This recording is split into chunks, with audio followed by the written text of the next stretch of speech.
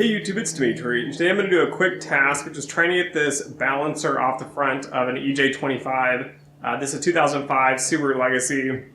I've done it in the past where I removed the entire engine because I'm doing head gaskets, but getting that kind of that front pulley off, I think it's called the Harmonic, getting that off is kind of a bear, and I've used a impact kind of wrench here, like a battery powered one, and it worked okay.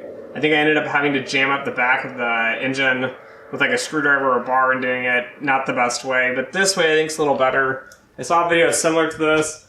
So to start off with, the bar here that we're using, this is from the jack to jack up the car.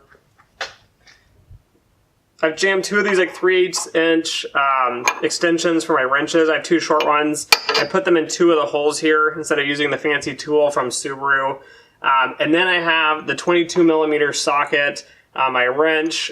But the key part here is another video or the other spot I saw, they said you could jam a crowbar between the ground. But what I ended up doing is taking, you can see here a bar. So again, another one of these 3/8 inch extensions. I have it jammed between the two smaller ones.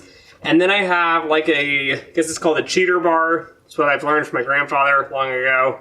But you can actually wedge this bar, and then using the cheater bar to help give you some extension, you can get it underneath the frame of the car. And then what you do is just use this really, really long wrench, or this really, really long leverage here, and then you can pull to get it to loosen. Mine kind of like had that snap of that pop when I did it. So again, this is just giving you a better view here.